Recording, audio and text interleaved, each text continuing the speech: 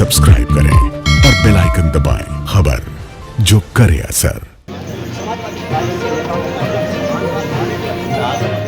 कल समाजवादी पार्टी के वरिष्ठ नेता मोहम्मद आजम खान को डूंगरपुर मामले में रामपुर के विशेष एमपी एमएलए कोर्ट ने 10 साल की सजा सुनाई और उन पर 14 लाख रुपए का जुर्माना भी लगाया।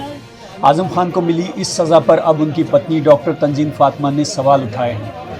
डॉक्टर तंजीन फातिमा ने आज एक प्रेस वार्ता कर मीडिया से कहा कि अगर आजम खान के विरुद्ध सिर्फ इशारे पर कार्रवाई हो सकती है तो उस टाइम के अधिकारियों पर जिनके आदेश पर आवास बने उन पर क्यों कार्रवाई नहीं हुई। आजम साहब को 10 साल की सज़ा कल हुई है। यहाँ मैं एक बात ये भी बता दूं कि इसमें एफआईआर में आजम साहब का नाम नहीं है। एफआईआर में उनका कोई नाम नहीं था, सिर्फ गवाहों के ही कहने पर और उनके खिलाफ ये कार्रवाई और ये सज़ा उन्हें दी गई है। तो इस केस में तो गवाहों को इतनी ज़्यादा इम्पोर्टेंस दी गई कि सिर्फ गवाहों के कहने पर एफआईआर में नाम न होते हुए भी उन्हें सज़ा हुई।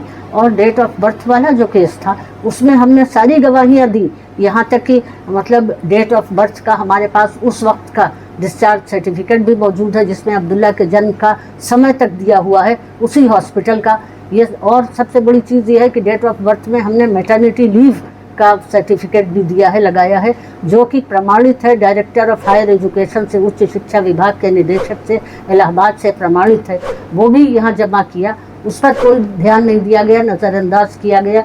फॉरेंसिक एविडेंस भी है, वीडियो एविडेंस भी है। यानी 1990 का एक वीडियो जिसमें मेरे अपने भाई की शादी थी, उसमें अब्दुल्ला मेरी गोद में है, वो तक हमने कोर्ट में पेश किया। लेकिन हमारी गवाहियों को बिल्कुल नज़रअंदाज कर दिया गया उसमें, और उसमें हमें सज़ा दी गई गवाहियों को नज़रअंदाज करके। और डूंगरपुर प्रकरण में गवाहों को इतनी इम्पोर्टेंस दी गई कि उनकी गवाहियों पर सज़ा दे दी गई आजम साहब को। ये दोहरा मापदंड सज़ाओं में क्यों है? और कानून इशारों पर सजाएं नहीं देता, कानून जो सज़ा देता है सबूतों पर देता है। डॉक्टर तंजीन फातिमा ने कहा कि जिस केस में आजम खान को 10 साल की सज़ा हुई है उसकी एफआईआर में तो आजम खान का नाम ही नहीं है, सिर्फ गवाहों के कहने पर ही ये सज़ा सुनाई गई है। Rizwan Khan, global today, Rampur.